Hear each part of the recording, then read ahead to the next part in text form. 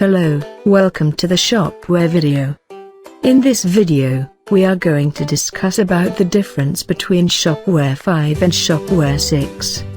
Shopware 5 uses APIs but complicated. Shopware 6 integrate APIs easily. Shopware 5 uses Smarty template engine. Shopware 6 uses Twig template engine. Shopware 5 uses CSS and less. Shopware 6 uses Bootstrap 4 and Sass. Shopware 5 uses Extend.js. Shopware 6 uses ES6, Vue.js and Webpack. Shopware 5 uses Plugin Structure, Plugin.xml.